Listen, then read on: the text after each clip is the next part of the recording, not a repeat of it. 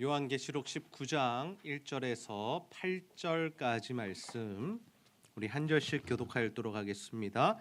이 이루에 내가 들으니 하늘에 허다한 무리의 큰 음성 같은 것이 있어 이르되 할렐루야 구원과 영광과 능력이 우리 하나님께 있도다. 그의 심판은 참되고 의로운지라 음행으로 땅을 더럽게 한 큰 음녀를 심판하사 자기 종들의 피를 그 음녀의 손에 갚으셨도다 하고 두 번째로 할렐루야 하니 그 연기가 세세토록 올라가더라. 또 24장로와 네 생물이 엎드려 보좌에 앉으신 하나님께 경배하여 이르되 아멘 할렐루야 하니 보좌에서 음성이 나서 이르되 하나님의 종들 곧 그를 경외하는 너희들아 작은 자나 큰 자나 다 우리 하나님께 찬송하라 하더라.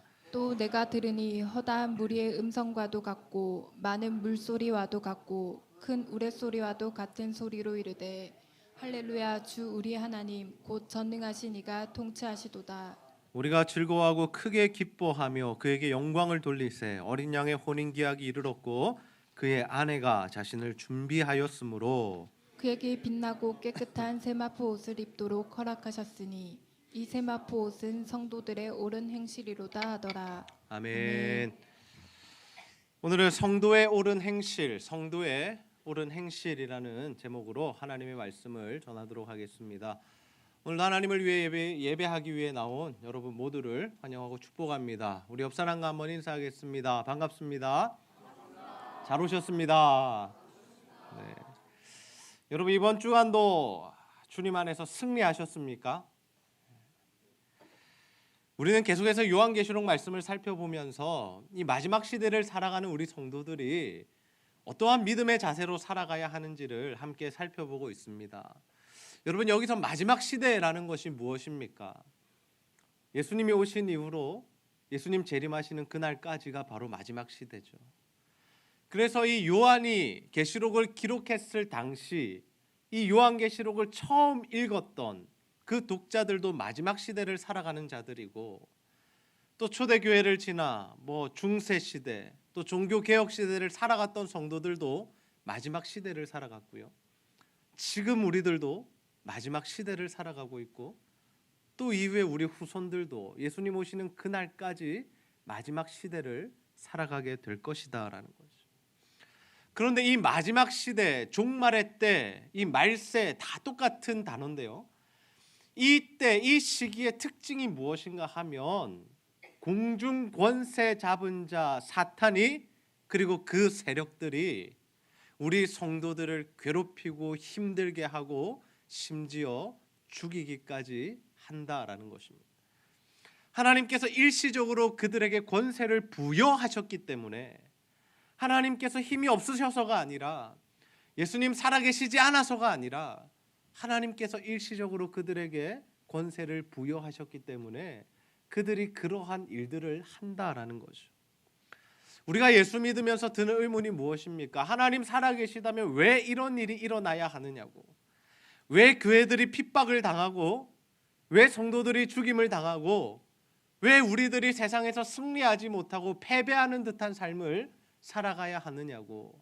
그러한 질문들이 우리 안에도 있습니다. 그래서 예수님께서 지금 이 시대에도 무언가 특별하게 역사하시고 기적을 일으켜주시고 죽은 사람을 살려주시고 오병이어의 역사가 막 일어나면 예수님을 다 믿지 않겠느냐라고 우리는 생각을 하죠. 그런데 실상 여러분 진짜 예수님이 오셨던 때를 한번 기억해 보십시오. 예수님께서 이 땅에 오셔서 어떤 사역들을 하셨습니까? 복음을 전하시면서 병자들 고치시고 죽은 사람 살리시고 오병이어의 기적을 일으키시고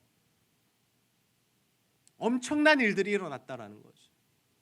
근데 그 당시에 사람들이 모두 다 예수를 믿었습니까? 그렇지 않다라는 거죠. 믿는 자들도 있었지만 반신반의하는 자들도 있었고 더 나아가서 예수를 잡아 죽이는 자들도 있었다라는 거죠. 이 시대에 기적이나 표적이 없어서 사람들이 예수를 믿지 못하는 것이 아니라 그만큼 사람들의 마음이 악하고 죄로 물들어 있기 때문에 예수를 영접하지 않는다라는 거죠. 그러나 여러분 이러한 시대적인 상황, 우리가 살아가는 이 어렵고 힘든 세상의 모습이라 할지라도 우리는 끝까지 믿음으로 인내하며 주님을 따르는 삶을 살아가야 할 줄로 믿습니다.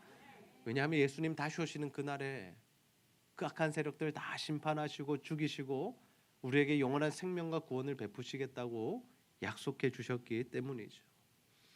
오늘 우리가 읽은 성경 말씀에 보면, 본문에 보면은요, 우리와 예수님의 관계, 그리고 이 마지막 시대에 일어날 일들에 대해서 어떻게 표현하고 있냐면 어린 양의 혼인 잔치로 표현하고 있습니다.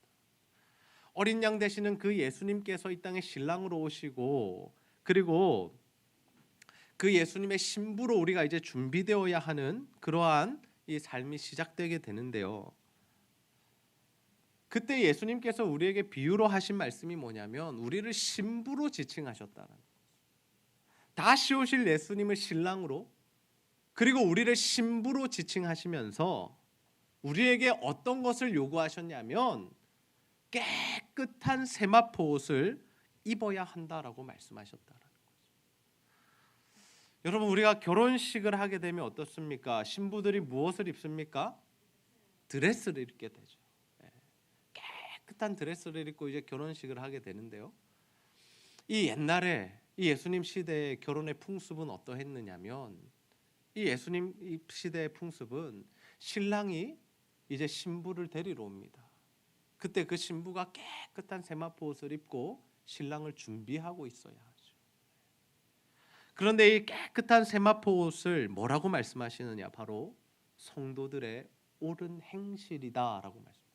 성도들의 옳은 행실이다. 그렇다면 여러분, 과연 이 성도들의 옳은 행실이 무엇이겠습니까? 우리를 구원으로 이끄는, 우리가 하나님 나라에 들어갈 수 있게 하는 이 성도들의 옳은 행실, 오늘은 우리가 이 요한계시록 말씀을 통해서 우리를 구원으로 이끄는 이 성도들의 옳은 행실이 무엇인가에 대한 말씀을 함께 나눌 텐데, 여러분 모두가 성도들의 옳은 행실이 무엇인지를 정확하게 깨달으시고 그 행실대로 사셔서 정말 하나님 베푸시는 복과 구원의 은혜를 누리게 되시기를 주님의 이름으로 축복합니다. 여러분, 우리 성도들을 구원에 이르게 하는 옳은 행실은 무엇일까요? 첫 번째로 바로 십자가의 삶을 살아가는 것입니다. 우리 함께 따라해 봅시다. 십자가의 삶을 살아갑시다. 십자가의 삶을 살아갑시다. 성도들의 옳은 행실이 왜 십자가의 삶인가? 오늘은 우리가 이 말씀을 함께 나누고자 하는데, 우리가 이것을 정확하게 이해하기 위해서는 창세기로 돌아가야 합니다. 제가 자주 설교를 하면서, 요한계시록 설교를 하면서 자꾸 창세기로 돌아가는 이유가 무엇이냐면, 이 하나님의 이 역사, 인류의 시작, 세상의 기원이 어디로부터 시작하냐면 바로 이 창세기로부터 시작하기 때문이죠. 하나님께서 태초에 천지를 창조하십니다. 창조하시면서 사람을 하나님의 형상과 모양대로 창조하시죠. 그리고 그들에게 에덴 동산을 허락하셔서 그곳에서 살도록 만드시고, 특별히 사람에게는 모든 피조물을 다스리는 권세를 주셔서 아담이 이름을 부르는 대로 동물들의 이름이 지어지고, 그 어떠한 피조물도 사람에게 공격하거나 사람의 말을 듣지 않는 일이 없는 완벽한 모습, 조화로운 모습이 바로 하나님께서 허락하신 보시기에 좋은 그 에덴 동산의 창조의 모습이었죠. 그런데 그 완전했던 공간에, 하나님의 통치가 완전히 임하는 그 공간에 무엇이 발생합니까? 한 가지 문제가 발생하는데, 아담과 하와가 이 사탄의 이 마귀의 꾀임에 넘어가서, 유혹에 넘어가서 하나님께서 금하신 선악을 알게 하는 나무의 실과를 먹어버린 것이죠.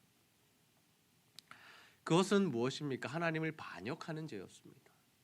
하나님 말씀에 불순종한 것도 있지만 더 궁극적으로는 그들이 그것을 따먹은 이유가 무엇이냐면 하나님과 같이 되겠다라는 마음으로 그들이 그것을 먹었다라는 거죠. 그래서 그 결말이 무엇이었습니까? 그들은 쫓겨나죠. 다시는 에덴 동산에 들어올 수 없었고, 땅이 저주를 받고 모든 관계가 틀어져서 고생하고 힘들고 아프고 괴로워하며 살다가 결국에 하나님께서 말씀하신 대로 죽음과 사망에 이르게 되었다라는 것. 그런데 여러분, 이 아담과 하와가 이 선악을 알게 하는 나무의 실과를 따먹은 이후에 했던 행동이 무엇인지 아십니까? 그들이 벗은 줄을 알고 부끄러워 무화과 나무 잎으로 치마를 엮어 만들어 입었다. 하나님처럼 되고자 했던 자들이 결국에는 어떤 존재가 됩니까? 죄로 인하여 수치스러워서 부끄러워서 숨을 수밖에 없고 자신의 몸을 가릴 수밖에 없는 아주 비참한 존재가 되어버렸다는 거죠. 그런 모습을 보시면서 하나님께서 그들에게 허락해 주셨던 은혜가 무엇이냐면 가죽옷을 입히신 것이었습니다. 여러분, 왜 하나님께서 그들에게 가죽옷을 입히셨을까요? 가죽옷을 입어야 따뜻해서 그럴까요? 아니면 지금 시대 말로 내구성이 좋아서 무화과 나무 잎은 언제라도 떨어질 수 있으니까 야 너희들 한 10년 정도 좀 오래 옷 입어라 그러면서 가죽옷을 지어 입히셨을까요? 아니죠. 가죽옷을 입혔다라는 것은 어떤 의미냐면 그들의 죄와 수치를 가리기 위해서는 무언가 대속의 죽음이 필요하다라는 것을 보여주시기 위함이었다. 어떤 동물이 죽었는지 우리는 알 수 없지만 하나님께서 어떤 동물로 가죽을 만드셨는지는 알 수 없지만 그들의 죄로 인하여 무언가는 죽어야 했고 누군가는 죽어야 했고 그 죽음의 대가로 그들이 수치를 가릴 수 있었다라는 거죠. 우리는 여기서 성도들의 옳은 행실이 무엇인지 힌트를 얻을 수 있습니다.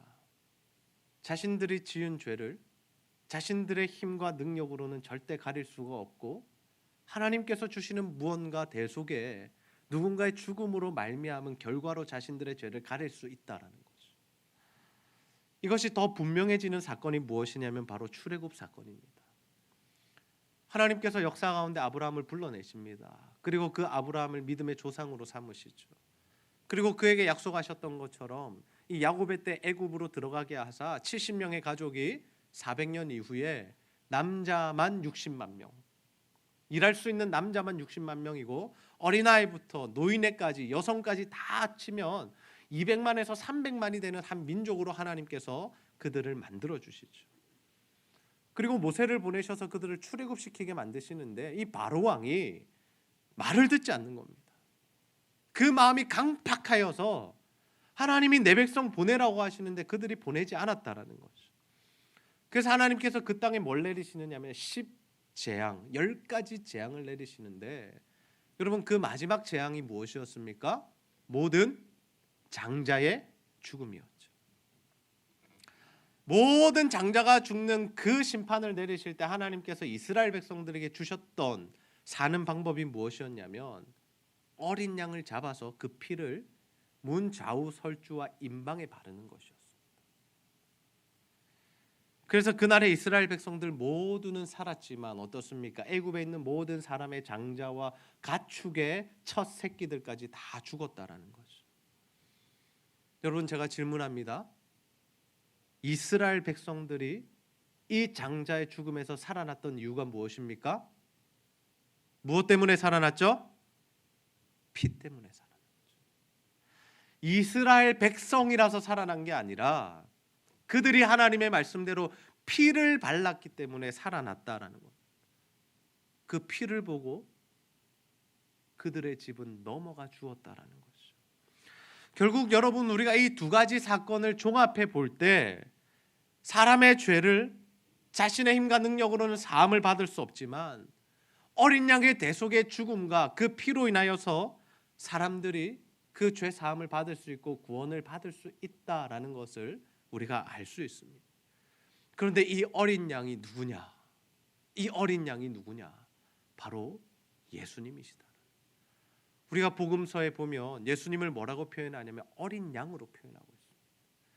그리고 우리가 요한계시록을 묵상해 보면 계속해서 나오는 그 환상 중에 예수님을 어떻게 표현하냐면 어린 양이라고 표현하죠. 그러니 우리 모두는 예수 그리스도의 대속의 죽음, 십자가 보혈의 은혜와 능력으로 말미암아 우리가 구원을 얻게 되었다라는 것입니다. 아멘입니까? 네. 그래서 우리는 그리스도로 옷 입어야 하는 것입니다.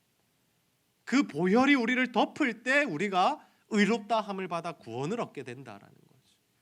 우리에게 주어지는 그 거룩함, 칭의가 무엇이냐면 우리가 뭘 열심히 하고 죄 안 짓고 최선 다해서 헌신한다고 이 의가 생기는 것이 아니라 예수 십자가 보혈이 우리를 덮을 때 우리가 의롭다 하심을 얻을 수가 있다라는 거죠. 그러니 여러분, 예수를 믿는 사람과 안 믿는 사람의 궁극적인 차이가 무엇입니까? 둘 다 본성은 죄인이고 하는 행동도 똑같이 죄 지으며 살아가는 것은 동일하죠. 그리고 예수 믿으나 안 믿으나 자기 힘과 능력으로는 구원을 얻을 수 없다는 점은 동일합니다. 하지만 그리스도인들은 예수를 믿죠. 예수 십자가 보혈의 능력을 의지하죠. 그래서 그들에게는 구원이 임하는 것이죠. 그래서 여러분, 우리가 예수를 믿는 것이 너무나 중요한 일입니다. 아이 뭐 내가 예수 믿는 게 뭐 그냥 뭐 머리로 믿어지고 마음으로 좀 감동되고 그게 뭐가 그렇게 중요하냐라고 생각할 수 있지만, 예수 그리스도의 십자가 보혈이 우리를 덮어주시지 않으면 우리는 동일하게 죄로 인하여 사망을 당하고 영원한 죽음과 심판을 당할 뿐이다라는 거죠. 결국 우리의 힘으로는 우리의 거룩을 이루어갈 수가 없다라는 의미입니다. 우리의 힘과 노력으로는 구원을 받을 수가 없다라는 거죠. 그런데 우리의 힘과 노력으로 막 구원을 얻으려고 하면 어떻게 됩니까? 예수님 시대에 나타났던 바리새인과 서기관들과 같은 모습이 나타나죠. 내가 이렇게 했는데, 내가 이렇게 말씀 잘 지키고 있는데, 내가 정말 이렇게 주님 말씀대로 살고자 노력하는데, 이러한 자신의 의가 나타나면 예수님께 이 책망받은 자들이 될 수 있다는 것. 근데 여러분, 죄인의 특성이 무엇입니까? 이 죄인된 사람의 특성이 뭐냐면요, 궁극적으로 자기를 사랑하는 것, 그리고 다른 사람들로부터 사랑과 인정을 받기 원하는 것이 모든 사람 안에 있는 그 본성이고 죄성이다라는 거죠. 근데 그 사랑을 우리가 하나님으로부터 받으면 상관이 없습니다. 하나님과의 관계가 올바를 때는 아무런 문제가 없죠. 그런데 그 사랑을 하나님이 아닌 내가 나를 사랑하는 것으로 받고 싶어하고 다른 사람들이 나를 사랑해 주는 것으로 채우려 하다 보면 문제가 발생한다는 거죠. 그것이 충족되지 않을 때 우리 안에 나타나는 현상들이 무엇입니까? 폭력성들이 나타난다. 뭐 누군가를 때리는 것만 폭력성이 아니라 거짓말을 하게 되고, 다른 사람 미워하고 시기하고 질투하게 되고, 심지어 복수하고 다투고 싸우고 죽이는 일들이 일어나죠. 그렇지 않으면 자신을 망가뜨리는 쪽으로 갑니다. 술 중독, 알코올 중독, 담배 중독, 마약 중독, 스포츠 중독, 핸드폰 중독, 드라마 중독, 여러 가지 중독들로 이 자신의 그 공허한 마음들을 채우려고 한다는 거죠. 여러분, 최근에 일어나는 정말 무서운 사건들 중에 하나가 무엇이냐면, 이 실연을 당한 사람이 복수로 그 사람을 죽이는 일들이 많이 일어나고 있다는 거죠. 한 남자와 여자가 사귀었는데 헤어졌단 말입니다. 헤어질 수도 있잖아요. 근데 어떻게 하냐면 찾아가서 그 사람 죽여버린다. 그 가족들을 막 칼로 찔러서 죽여버린다. 현대의학은, 심리학은, 정신학은 이렇게 이야기합니다. 그 사람이 어릴 적 상처를 받아서 그렇다. 그 상처를 찾아내서 그 상처를 치유해주면 그 사람이 그런 죄를 짓지 않을 거다. 그런 일들을 이제 벌이지 않을 거다라고 이야기하죠. 그러나 여러분, 성경은 그 모든 모습이 왜 나오는 거라고 말씀합니까? 사람이 죄인이기 때문에 그러한 모습이 나타난다는 거예요. 얼마나 억누르고 있고 얼마나 컨트롤하느냐의 문제지, 모든 사람 가운데는 그러한 본성이 있다라는 거예요. 그러니 여러분, 우리 안에 이러한 폭력성들, 좋지 않은 죄의 쓴뿌리들을 해결할 수 있는 유일한 방법이 무엇입니까? 예수를 믿고 십자가 보혈의 능력으로 우리 안에 있는 모든 죄를 깨끗하게 씻어내는 것이죠. 아멘입니까? 네. 그래서 우리가 십자가를 붙들 때에만 우리의 삶이 변한다는 거죠. 구원은 전적인 하나님의 은혜로 주어지는 것입니다. 우리 요한계시록 19장 7절에서 8절 말씀 함께 한번 읽겠습니다. 시작. 우리가 즐거워하고 크게 기뻐하며 그에게 영광을 돌리세. 어린 양의 혼인 기약이 얻고 그의 아내가 자신을 준비하였으므로 그에게 빛나고 깨끗한 세마포 옷을 입도록 허락하셨으니 이 세마포 옷은 성도들의 옳은 행실이로다 하더라. 아멘. 여기서 보면 두 가지 모습이 공존하는데요. 신부가 자기를 준비했다라고 하는 그러한 모습이 등장하고, 또 그 세마포 옷을 입도록 신랑이 어린 양 예수가 허락했다라는 모습이 등장. 우리가 먼저 살펴볼 부분은 예수님께서 허락하시는 장면인데요. 우리 성도들에게 옳은 행실을 덧입혀 주시는 분이 누구시냐? 바로 예수님이시다라는 거죠. 예수님께서 우리에게 구원을 베풀어 주셔야 우리가 구원을 받을 수 있다라는 거죠. 그렇다면 우리 입장에서, 성도들 입장에서 옳은 행실은 무엇일까요? 우리가 어떻게 사는 것이, 우리가 어떻게 행동하는 것이, 우리가 과연 신앙생활을 어떻게 해야 정말 하나님 앞에서 구원받을 수 있는 하나님 나라의 백성이 되는 것이겠습니까? 그것이 바로 십자가의 삶이다라는 거죠. 한번 따라합시다. 십자가의 삶. 이 십자가의 삶이 뭐냐면요, 그 하나님께서 우리를 구원해 주신 그 십자가의 은혜에 감격하여서 나도 모르게 주님의 십자가를 따라가는 것, 나도 모르게 주님 말씀에 순종하고 있는 것, 그것이 바로 우리에게 나타나야 할 십자가의 삶이다라는 거죠. 이 십자가의 삶, 복음에 온전히 반응하는 아주 모범적인 케이스가 있는데, 그가 누구냐면 예수님의 머리에 향유를 부은 여인의 사건입니다. 예수님께서 그 여인에게 향하여, 또 사람들에게 향하여 뭐라고 말씀하시냐면, 모든 복음이 전해지는 곳에 이 여인이 나에게 행한 일을 기록하고 전하라라고 말씀하시죠. 얼마나 중요했던지, 이것이 얼마나 십자가와 복음을 잘 보여주었던지, 예수님께서 그 사건에 대해서, 그 여인의 향유 부은 일에 대해서 오고 오는 세대에 이 여인의 모습을 기록하고 전하고 알려주라라고 말씀하셨습니다. 여러분, 예수님께서 사람들과 함께 계실 때 한 여인이 예수님께 다가와서 머리에 향유를 붓습니다. 사복음서가 다 그것을 기록하고 있는데요, 어떤 복음서에 보면은 그 여인이 눈물로 예수님의 발을 적시며 머리카락으로 예수님 발을 닦았다. 여기서 중요한 것은 무엇입니까? 여기서 중요한 것, 우리도 모든 재산 팔아서 예수님께 드리자.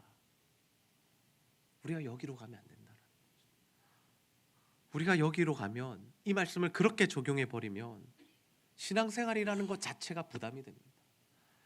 내 있는 거 다 내놓으라는 말씀으로 받으면 나는 그건 못할 것 같은데, 할 수 없는데, 그러면 그게 마음에 부담이 되고 신앙생활이 짐이 되고 교회 나와서 헌신하는 것이 힘들어진다는 거죠.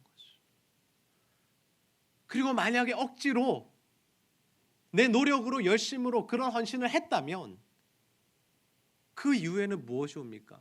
보상받고자 하는 마음이 생긴다. 내가 이렇게 했는데, 내가 이렇게 헌신했는데, 내가 얼마를 드렸는데, 내가 몇 년 동안 일했는데. 그런데 이 말씀은 그런 의미가 아니다라는 거죠. 예수님의 은혜를 받은 사람, 십자가 사랑에 감격한 사람들이 그 삶에 나타나는 자연스러운 노력이 아니라 자연스러운 반응이 무엇인지를 설명해 줍니다. 그 여인이 진짜 어떤 여인인지 우리가 완벽하게 우리가 캐내어 알 수는 없지만, 우리가 복음서들을 종합해서 살펴볼 때 그 여인의 직업은, 학자들은 몸을 파는 여인으로 이렇게 기록하고 있습니다. 그리고 또 한 가지 힌트가 뭐냐면, 그 여인의 오라비가 나사로였다라는 거죠. 여러분, 나사로가 어떤 사람입니까? 문둥병 환자였습니다. 그런데 예수님께서 그 가정에 찾아와 주시고 그 가족들과 함께 식사하시고 그들에게 많은 사랑을 베풀어 주셨죠. 여러분, 지금 시대에도 몸을 파는 여인이라면 다른 곳에 가서 사람 대접을 받기가 참 힘들지 않겠습니까? 그런데 사람이 왜 그러한 자리까지 가게 됩니까? 정말 먹고 살 것이 없으면 그 자리까지 가게 되죠. 그러니 이 여인, 이름 모를 이 여인의 삶이 얼마나 고단하고 힘들었던가를 우리가 생각해 볼 수 있죠. 먹고 살 것도 없고 힘들고 그래서 어쩔 수 없이 자신의 몸을 팔아서라도 생계를 유지할 수밖에 없는 그 여인이 예수님을 만나고 예수님이 자신을 사람 대접해 주시고 예수님께서 자신을 좋아해 주시고 하나님의 나라의 말씀을 가르쳐 주시고 너도 천국에 갈 수 있다라는 그 복음을 들을 때에 그 여인의 마음 가운데 십자가에 대한 감동이 일어난 거죠. 그래서 그 여인이 자신이 평생에 모아왔던 그 향유, 자신의 전 재산과도 같고 자신의 생명과도 같은 그 향유를 예수님의 머리에 부을 수 있었다라는 거죠. 누가복음 7장 38절에서 39절 함께 읽습니다. 시작. 예수의 뒤로 그 발 곁에 서서 울며 눈물로 그 발을 적시고 자기 머리털로 닦고 그 발에 입맞추고 향유를 부으니 예수를 청한 바리새인이 그것을 보고 마음에 이르되 이 사람이 만일 선지자라면 자기를 만지는 이 여자가 누구며 어떠한 자 곧 죄인인 줄을 알았으리라 하거늘. 아멘. 이 여인이 주님 앞에 너무나 감격해서 그 향유를 다 부어버렸다. 여러분, 우리가 하나님께 구원받은 것이 감사할 때, 또 그 십자가의 은혜가 감격으로 다가올 때 우리도 모르는 사이에 그 여인의 자리로 가게 될 줄로 믿습니다. 누가 말하지 않아도 주님 앞에 헌신하게 되는 거죠.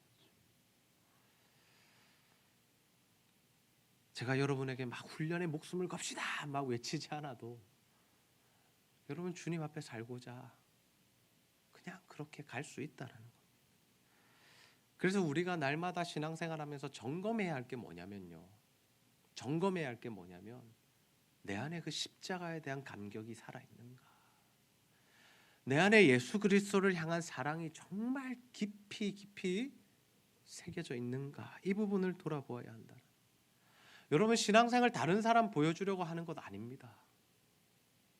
다른 사람 앞에서 신앙생활 잘 하려고 하지 마십시오. 우리가 하나님 앞에서 예수님 앞에서 그 사랑에 감격해서 하는 것이 신앙생활이 되어야지 사람들이 나를 어떻게 생각하며 어떻게 볼까 나를 어떻게 대우할까 생각하면 그 신앙생활은 자유가 아니라 오히려 우리를 억압하는 도구가 되어버린다. 예수님이 땅에 오셔서 우리에게 주신 것이 무엇입니까? 자유입니다. 너희가 진리를 알지니 진리가 너희를 자유케 하리라 말씀하셨죠. 그러면 우리가 신앙생활하면서 자유해져야죠. 주님을 알아가면 알아갈수록 신앙생활을 오래하면 오래갈수록 점점 더 우리가 자유해져야 하고 마음이 편안해져야 하고 기뻐져야 하고 행복해져야 하고 내 안에서 나타나는 그 감동들에 의해서 그 신앙생활이 춤추는 신앙생활이 되어야 하지 않겠습니까? 지금 여러분의 신앙생활은 어떠세요? 정말 주님을 향한 그 감동으로 기쁘고 행복하고 즐거우십니까? 교회 오는 발걸음이 너무 가볍고 또 교회로 오고 싶고 주님 앞에 드리는 헌금 더 드리고 싶어서 막 지갑을 열게 되고 하나님 내가 교회를 위해서 무엇을 더 헌신할까요? 무엇을 더 내가 드릴 수 있습니까? 막 고민하며 기도하게 되고 있으십니까? 여러분 제가 이 설교를 준비하면서 참 마음이 아팠습니다. 여러분 때문에 마음이 아픈 것이 아니라 저 때문에 마음이 아팠어요. 제가 목회자로 부름받은 이후에 정말 이 사랑에 감격해서 목회를 했는지 아니면 목사라는 그 이름 때문에 사명감 때문에 의무감 때문에 내가 목회를 했는지 돌아볼 때 참 마음이 아프더라고요. 여러분 우리의 신앙생활이 즐겁지 않고 만약에 짐처럼 느껴지신다면 주일 성수가 힘들고 새벽 기도는 더 어렵고 헌금이 아깝고 무언가 헌신하기가 주저하신다면 내가 정말 예수를 사랑하고 있는가 다시 한번 점검하시고 돌아보시기를 바랍니다. 여러분 우리가 한 번 사는 인생 또 우리가 제자들 교회라는 이름으로 모여서 함께 신앙생활하고 있는데 정말 예수님 사랑하면서 자유롭게 행복하게 신앙생활을 해야 하지 않겠습니까? 여러분 신앙생활은 의무가 아닙니다. 여러분 신앙생활을 사명으로 생각하지 마시기 바랍니다. 신앙생활은 하나님 베풀어 주신 은혜와 사랑에 감격하여 드리게 되는 자연스러운 헌신이다라는 말씀을 정리합니다. 오늘 우리가 성도를 구원으로 이끄는 이 올바른 행실이 무엇인가에 대한 말씀 함께 나누었습니다. 요한계시록 19장은 어린 양의 혼인잔치를 찬양하는 모습이 나타납니다. 그런데 그 어린 양의 혼인잔치에 참여해서 함께 거룩한 옷을 입고 예수님의 신부가 되어 그 영원한 하나님의 나라를 누리게 될 자들의 모습을 보여주고 있는데, 그들의 모습이 바로 깨끗한 세마포 옷을 입고 성도들의 거룩한 행실을 가진 자들이다. 이 성도의 거룩한 행실은 예수 그리스도의 십자가 보혈의 은혜로 우리에게 주어진다라는 사실을 여러분 믿으시기를 바랍니다. 그래서 우리가 예수를 믿을 때, 그 예수의 십자가 보혈을 의지할 때 우리에게 이 거룩한 세마포 옷이 입혀진다라는 것이죠. 그런데 그 하나님의 은혜로 세마포 옷을 입은 사람들, 그 십자가 사랑과 은혜가 깨달아진 사람들은 어디로 간다라는 겁니까? 자연스럽게 십자가의 길을 따라간다라는 것이죠. 주님 가신 그 길을 나도 갑니다. 주님 내게 베푸신 그 사랑 나도 베풀겠습니다. 하나님 내게 목숨 바치셨으니 나도 목숨 바쳐 주님을 섬기겠습니다. 여러분, 우리가 신앙생활하면서 해야 할 일은 하나님을 사랑하는 일. 하나님 그것 하자고 우리 불러주셨잖아요. 여러분, 신앙생활 하시면서 다른 사람 쳐다보지 마세요. 다른 사람 눈 의식하지 마세요. 제가 평소에 넥타이를 잘 매지 않다가 넥타이를 매면 더 정갈하잖아요. 네. 성도들이 보기에 더 단정해 보이잖아요. 그래서 몇 주째 이렇게 넥타이를 맸습니다. 그런데 너무 답답한 거예요. 이 숨이 잘 안 쉬어지는 거예요. 그래서 오늘 찬양 부르다가 벗었습니다. 다른 분들이 저를 어떻게 생각할지 모르겠지만 하나님 앞에서 그것이 중요하지 않다라고 생각되기에 전 넥타이를 벗어버렸습니다. 여러분, 지금 여러분의 삶 가운데, 신앙생활 하는 가운데 여러분을 옥죄는 것들은 무엇입니까? 내가 다른 사람들 앞에서 잘 보이기 위해서 하는 행동들, 내가 인정받기 위해서 하고 있는 노력들은 무엇입니까? 여러분, 그거 다 풀어버리십시오. 다 벗어 던져버리십시오. 그리고 자유하게, 행복하게, 기쁘게, 즐겁게 하나님 앞에서 신앙생활 하시고 정말 이 구원의 여정을 걸어가는 저와 여러분이 다 되시기를 주님의 이름으로 축복합니다.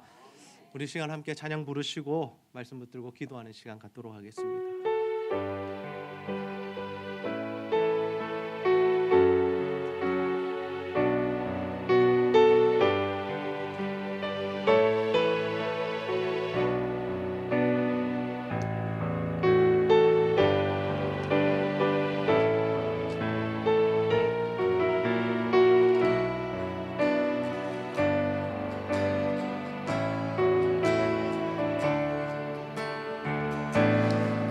오직 주의 사랑에 매여 내 영 기뻐 노래합니다. 이 소망의 언덕 기쁨의 땅에서 주께 사랑 드립니다. 오직 주의 임재 안에 갇혀 내 영 기뻐 찬양합니다. 이 소명의 언덕 거룩한 땅에서 주께 예배드립니다. 주께서 주신 모든 은혜 나는 말할 수 없네. 내 영혼 즐거이 주 따르렵니다. 주께 내 삶 드립니다. 다시 한번 고백합니다. 오직 주의 사랑, 오직 주의 사랑에 매여 내 영 기뻐 노래합니다. 이 소망의 언덕 기쁨의 땅에서 주께 사랑 드립니다. 오직 주의 임재 안에 갇혀 내 영 기뻐 찬양합니다. 이 소명의 언덕 거룩한 땅에서 주께 경배드립니다.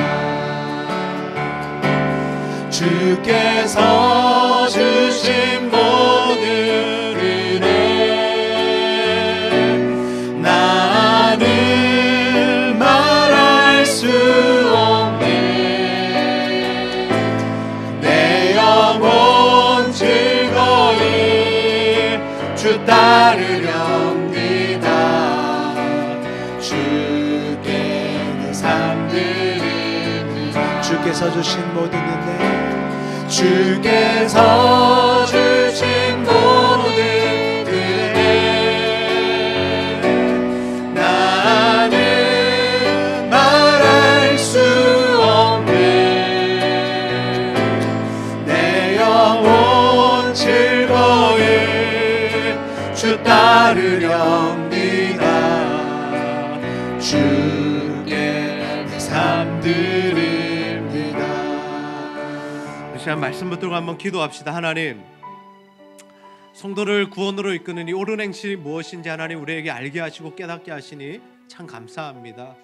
예수 십자가 보혈을 덧입을 때에만 우리가 구원을 받을 수 있고 그 하나님의 십자가 사랑과 은혜와 그 감격을 잊는 자들은 누가 말하지 않아도 시키지 않아도 주님의 그 십자가의 길을 쫓아가며 주님을 위하여 헌신하는 삶을 살아간다고 말씀하셨습니다. 아버지, 우리가 예수님 그만큼 사랑하고 있는지, 내 안에 그 십자가의 감격이 살아있는지 아버지 시간 확인하기를 소원합니다. 아버지, 우리를 옥죄고 있는 그 종교적인 굴레들, 사람의 시선들, 내가 생각하는 그러한 기준들을 하나님 앞에서 다 던지고 버리게 하여 주시고, 정말 주님 사랑하여서 하나님 성령의 감동하심대로 정말 하나님 앞에서 자유롭고 행복하고 기뻐하는 살아나는 신앙생활하게 하여 주옵소서. 우리가 이러한 기도의 제목들 가지고 하나님 앞에 간절히 한번 기도하도록 하겠습니다. 아버지 하나님, 참으로 감사합니다. 오늘도 하나님 우리를 이 자리에 불러주시고 아버지 하나님 말씀을 통하여 하나님 우리에게 베푸신 그 구원과 하나님의 그 은혜가 무엇인지를 깨닫게 하여 주시니 너무나 감사합니다. 하나님, 내 안에 그 하나님의 사랑과 아버지 구원에 대한 감격이 있는지 아버지 하나님 이 시간 하나님 다시 한번 돌아보니 아버지 우리 안에 그 하나님 사랑을 회복시켜 주시고 아버지 그 감격이 회복될 수 있도록 인도하여 주옵소서. 아버지 종교적인 아버지의 그 하나님 신앙생활하지 않게 하여 주시고 아버지 다른 사람의 눈에 보이는 신앙생활하지 않게 하여 주시고 하나님을 사랑하는 마음으로 예수 그리스도의 십자가를 붙드는 마음으로 주님을 향한 하나님 사랑으로 아버지 신앙생활에 나갈 수 있도록 인도하여 주옵소서. 아버지 우리 성도들이 주님 앞에 자유한 신앙생활을 하는 자들 되기를 소원합니다. 아버지 앞에 살아있는 신앙이 되기를 원합니다. 하나님 행복하고 즐거워하며 기뻐하는 신앙생활이 되게 하여 주옵소서. 억압받고 나를 억제하는 모든 것들을 하나님 내려놓게 하여 주옵소서. 아버지 신앙생활을 오래하면 오래할수록 자유해져야 회복해져야 하는데 왜 하나님 우리는 하나님 자꾸만 움츠려들고 하나님 긴장하게 되고 아버지 우리는 자꾸 하나님 힘들어지는지 모르겠습니다. 주여 예수 십자가의 보혈의 은혜로 우리를 덮어주셨사오니 아버지 주님 안에 자유하게 하여 주옵소서. 주님 안에 살아나게 하여 주옵소서. 주여 복음을 붙들게 하시고 하나님을 붙들게 하시고 예수를 붙들게 하여 주옵소서. 아버지 다른 것 다 내려놓고 아버지 바리새인과 서기관이 되지 않기를 원합니다. 주여 아버지 하나님 우리를 붙잡아서 하나님 안에서 살아나는 자들이 되게 하시고 하나님의 은혜로 살아가게 하여 주옵소서. 아버지 하나님 우리가 아버지 하나님 정말 복음의 본질을 붙들게 하시고 아버지 하나님 강류를 주님 앞에 부어드린 그 여인과 같이 우리도 주님 앞에 마음껏 드리며 신앙하는 자들 하나님을 향하여 신앙생활하는 주님 사랑하는 신앙생활에 나가게 아버지 도와주시고 이름과 직분과 타이틀 다 내려놓고 주님 바라보며 순수하게 정직하게 주님 앞에 살아가는 우리들 될 수 있도록 아버지 하나님 도우시고 하나님 역사하여 주시옵소서. 하나님 이 사랑이 회복되게 하여 주옵소서. 아버지 감격이 회복되게 하여 주옵소서. 하나님 본질이 회복되게 하여 주옵소서. 자유하게 하여 주시옵소서. 하나님 사랑으로 말미암아 주님 살아나는 우리들이 되기를 아버지 도우시고 하나님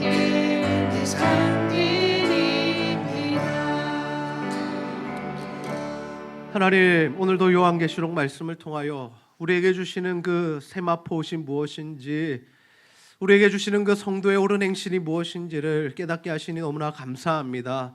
아버지 예수 그리스도의 십자가 보혈의 은혜가 아니고는 우리가 구원받을 수 없으며 그 대속의 죽음으로 말미암아 우리가 영원한 생명을 얻었음을 기억하게 하여 주시고 정말 그 사랑 기억하며 감사하며 감격하여 은혜로 신앙생활하는 우리 모두가 될 수 있도록 인도하여 주시옵소서.